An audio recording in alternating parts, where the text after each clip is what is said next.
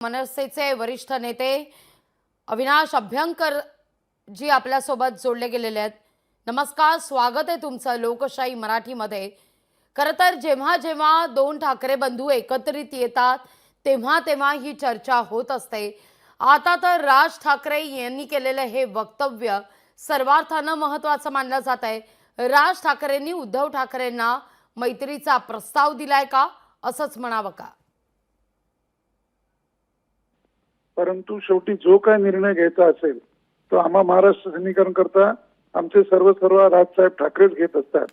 आणि आता मी तुमच्याच टीव्हीवरती बघतोय की एखादा प्रगल्भ आणि मोठा नेता आणि मोठ्या मनाचा नेता कसा असतो की ज्याच्या दृष्टीने महाराष्ट्राचं हित पहिलं, मराठी माणसाचं हित पहिलं, मराठी भाषेचं हित पहिलं, मराठी संस्कृतीचं हित पहिलं, बाकी सगळ्या गोष्टी इतर, हे मला तर तुमच्याच माध्यमातून इकडे दिसतंय।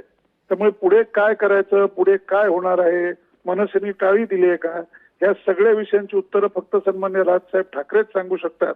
आणि ते जो काही निर्णय घेतील तो महाराष्ट्राच्या हिताचा आणि भल्याचा असेल आणि ते आम्हाला जो आदेश देतील तो आम्ही 100% तंतोतंत पाळू। अगदी अविनाशजी, खूप खूप धन्यवाद आमच्याशी संवाद साधलात त्याबद्दल। लोकशाही मराठी ऐका, पहा, जागरूक रहा।